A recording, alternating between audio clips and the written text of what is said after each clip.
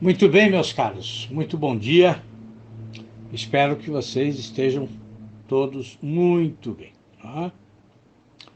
Olha, antes da gente começar a conversar hoje, só um aviso, né? Quer dizer, se você chegou aqui aí nas últimas horas, né? Então não deixe de ouvir a mensagem que está fixada, tá?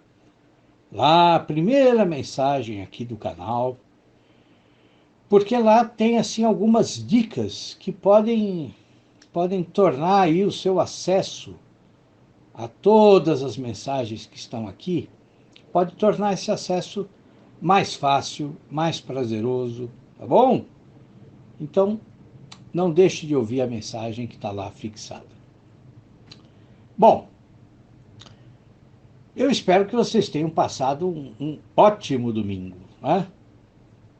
Agora, é muito interessante. Quando eu falo ótimo domingo, essa expressão ela generaliza muito, não é mesmo? Quer dizer, o que seria um ótimo domingo? Bom, isso muda de pessoa para pessoa, não é?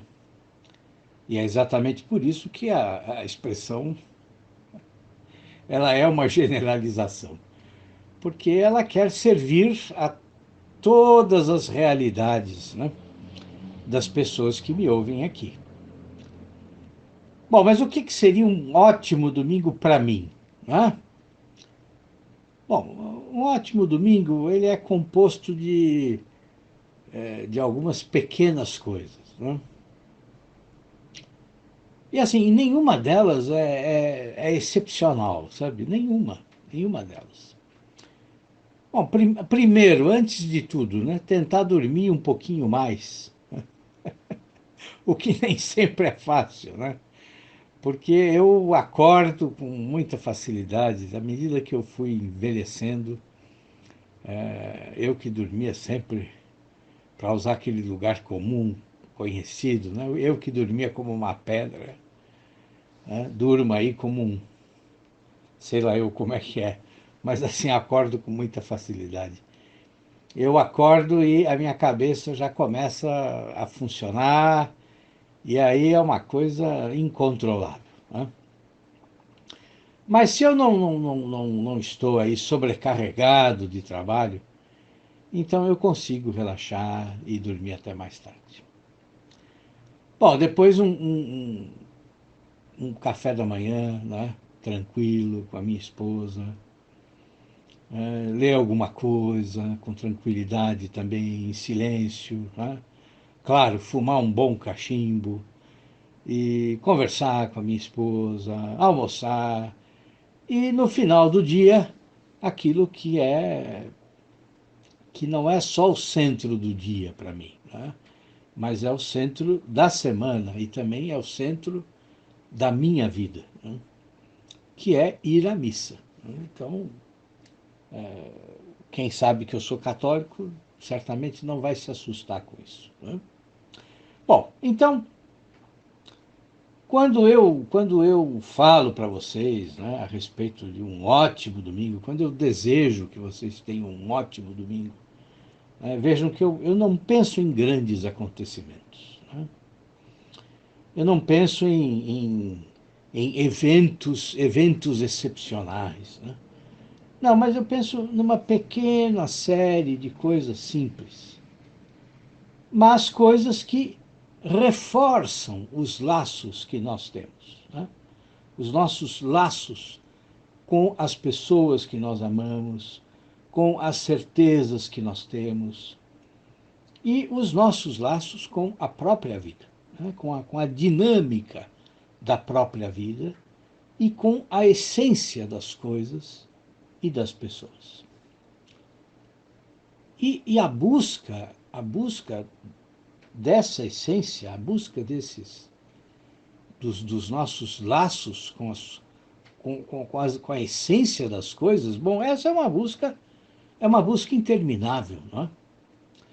Quer dizer, buscar o âmago das coisas, a parte mais íntima, mais profunda, a parte essencial, né? a medula, a própria substância das coisas. Né? é um trabalho interminável, né? É o trabalho da vida inteira. Mas o que seria isso em termos práticos, né? Bom, eu não sou filósofo, né? Eu não sou filósofo, mas como professor de escrita e de literatura, né? Como crítico literário, né? Quer dizer, o que representa para mim, no meu trabalho, né? Não só no meu trabalho, mas nas minhas atividades cotidianas em geral, né? O que representa buscar a substância das coisas? Bom, então, vejam, a minha vida, ela sempre esteve relacionada ao mundo das palavras. Sempre. Quer dizer, eu sempre estive ligado, de alguma forma, aos livros, à escrita e aos sentidos das palavras. E assim, é só eu puxar um pouquinho pela memória, né, e eu começo a me lembrar de experiências que eu tive e que foram fundamentais nesse sentido, né? E por que eu lembro com extrema facilidade? Porque são coisas importantíssimas para mim, né? Eu me lembro, por exemplo, da minha primeira aula de literatura, no início da década de 1970. Né? Isso é muito interessante, como a nossa memória funciona, né? Quando você gosta de algo, quer dizer, aquilo fica em você. Aquilo permanece em você e permanece sem nenhum esforço, né? E o tema daquela aula, talvez sirva, inclusive, para nós pensarmos um pouco hoje, né, no que é a essência das palavras. Eu me lembro que a minha professora, naquela primeira aula, ela falou sobre a diferença entre conotação e denotação. Bom, eu imagino que vocês tenham uma ideia, né, do que é isso, né? Quer dizer, denotação é aquele, digamos que é um vínculo de significação, um vínculo direto, né, que um nome estabelece com o objeto da realidade a que esse nome se refere, né? E esse vínculo, ele não tem nenhum sentido figurado, né? Quer dizer, não. Quer dizer, denotação é sentido literal da palavra. E não aqueles sentidos possíveis de serem criados por meio aí de uma metáfora, de uma metonímia ou de qualquer outra figura de linguagem. Tá? Então, isso é a denotação. Agora, o que é a conotação? Conotação é aquela propriedade por meio da qual um nome, né, designa uma série de atributos, né, das coisas, mas não os atributos literais, não os atributos denotativos, né, mas aqueles atributos que vão além do vínculo direto e imediato que a denotação cria. Tá? Bom, mas vamos pensar no exemplo, né? Pensando no exemplo, tudo fica muito mais fácil. Vamos pensar num exemplo simples, né?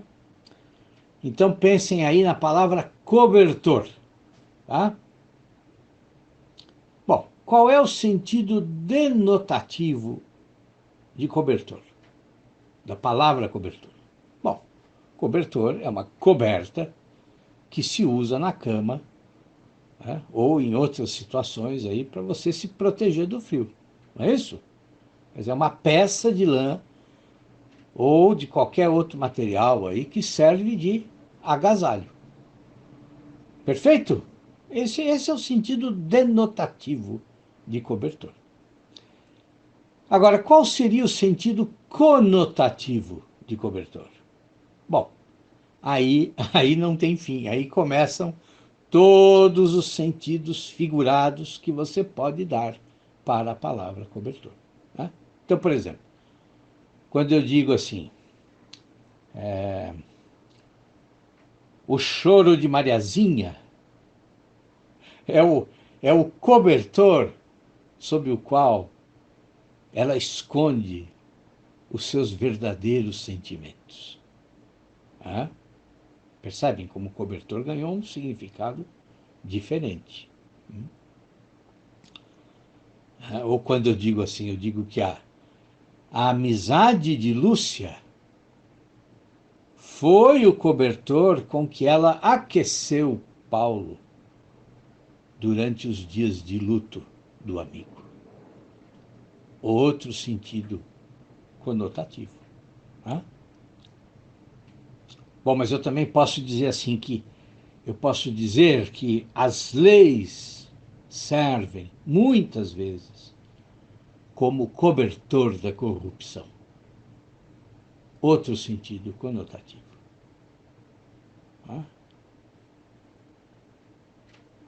Então vejam, quer dizer, um cobertor macio, né, encerra a conotação de aconchego. Tá? Ou seja, transmite essa sensação, cria essa sensação de aconchego. Ou recorda essa sensação. Né? Então vejam só, quer dizer, já naquela primeira aula de literatura da minha vida, né, quer dizer, eu mergulhei de cabeça no mundo da literatura. Né? Por quê? Porque o mundo da literatura, se fosse possível a gente resumir o mundo da literatura, né, quer dizer, nós poderíamos dizer que ele está preso nesses dois eixos. O eixo da denotação e o eixo da conotação. E que todos os discursos necessariamente se aproximam mais de um ou de outro eixo. Bom, então acho que vocês podem imaginar, quer dizer, o que foi aquela aula para mim, né? E a professora era ótima, tá? A professora era de uma doçura incrível. Ela parecia assim uma geisha. Né? E é uma professora pela qual eu tenho assim imenso carinho até hoje. Tá? Inclusive, eu tenho uma pequena, brevíssima crônica que eu escrevi sobre ela há muitos anos, e eu vou deixar o link aqui, logo depois do áudio, para quem quiser ver, onde eu falo um pouquinho quem foi essa professora. Então vejam, quer dizer, tudo que ela me ensinou a partir daquela primeira aula, quer dizer, sempre me aproximou ainda mais das palavras. Sempre me aproximou mais da substância das palavras. E a partir daí, então, eu comecei a perceber que a essência das palavras é dúctil, é elástica, é flexível, é moldável. Né? Quer dizer, claro que você tem aí os sentidos denotativos dela. Né? Quer dizer, um cobertor sempre vai ser um pedaço de lã que vai aquecer você no frio. Mas nós podemos redirecionar esse sentido. Nós podemos ampliar esse sentido e fazer com que essa qualidade material do cobertor se transforme em outras qualidades. Em qualidades que servem a outras circunstâncias, a outras situações. Ou seja, nós podemos desdobrar né? Quer dizer, não só desdobrar o cobertor quando a gente tira ele do armário, né? Mas nós podemos também desdobrar o sentido da palavra cobertor.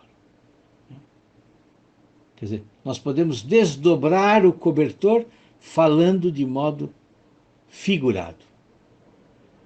E o que isso quer dizer? Né? Quer dizer, desdobrar. Quer dizer, nós temos de desenvolver, de alargar, de abrir o seu significado, né, a várias outras dimensões, conectando o sentido denotativo a todas as conotações que a nossa mente pode criar.